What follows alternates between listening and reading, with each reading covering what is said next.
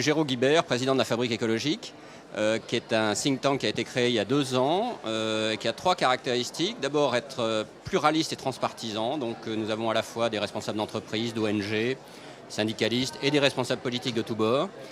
Deuxième chose, c'est que nous voulons faire des travaux très sérieux et rigoureux d'expertise sur les sujets écologiques et climatiques et sur la responsabilité environnementale des entreprises. Et enfin, nous avons la volonté que les propositions innovantes que nous voulons faire et que nous faisons soient mises à la discussion citoyenne. Notre actualité, c'est un livre que nous venons de sortir et qui s'appelle « Pourquoi attendre ? Innover pour le climat ?»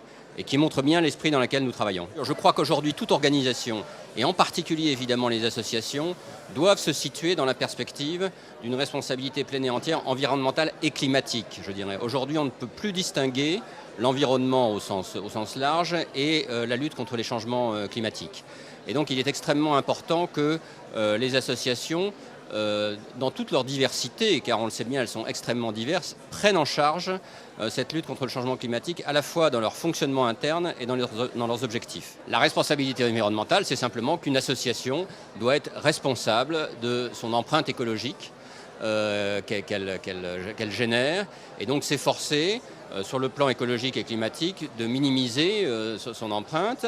Et ça passe évidemment aussi par une gouvernance adaptée, transparente. Ça passe par des relations sociales tout à fait satisfaisantes à l'intérieur de l'entreprise.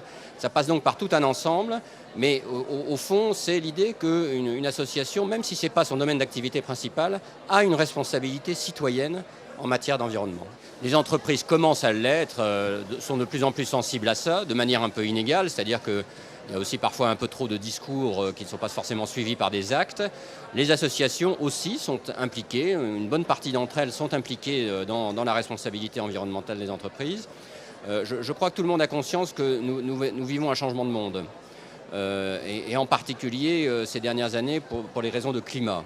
Et qu'aujourd'hui, c'est absolument incontournable pour une association ou pour une entreprise de pouvoir montrer qu'elle est citoyenne en matière environnementale. On peut en attendre un certain nombre de choses. Il ne faut pas non plus majorer ce que peut apporter une négociation internationale. Nous avons d'ailleurs commandé un sondage qui montre que les Français sont très sceptiques sur la COP21 et sur ses résultats. Et c'est pourquoi ça nous disons évidemment il faut qu'il y ait l'accord le plus ambitieux possible, mais nous disons aussi il ne faut pas attendre. Si on attend qu'il y ait un accord totalement satisfaisant de tout le monde, on peut attendre encore longtemps qu'il se passe réellement des choses. Que ce soit en termes d'initiatives locales décentralisées, par exemple sur la maîtrise des énergies ou des énergies renouvelables, des projets éoliens, des projets solaires, que ce soit sur des bonnes pratiques en matière de transport, de développement du covoiturage, que ce soit pour les associations de veiller à ce que leur activité par un certain nombre de dispositions très précises, ne prélève pas trop de ressources naturelles. Par exemple, la gestion des papiers dans l'association, même pour des associations qui n'ont pas une très grande taille. Et donc c'est cet ensemble d'initiatives totalement décentralisées qui doit permettre d'avancer sur ces sujets. Naturellement, ce sera facilité par le fait s'il y a un accord satisfaisant à la COP21.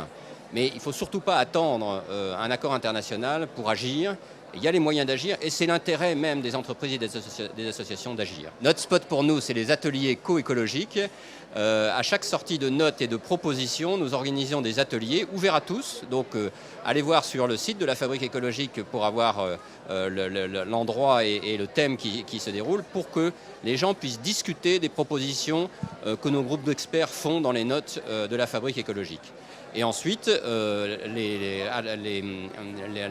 citoyens peuvent, sur Internet, amender, faire des propositions pour que la note soit améliorée. Et la note a une publication définitive 2 à 3 mois plus tard. Donc je vous invite tous à des ateliers écologiques. Et puis je vous invite tous aussi à tous les spots de la chaîne du cœur, qui, je le sais, fait un travail remarquable sur ces sujets, qui a identifié des tas de choses qui se passent sur les territoires. Et donc rendez-vous sur oneheart.fr.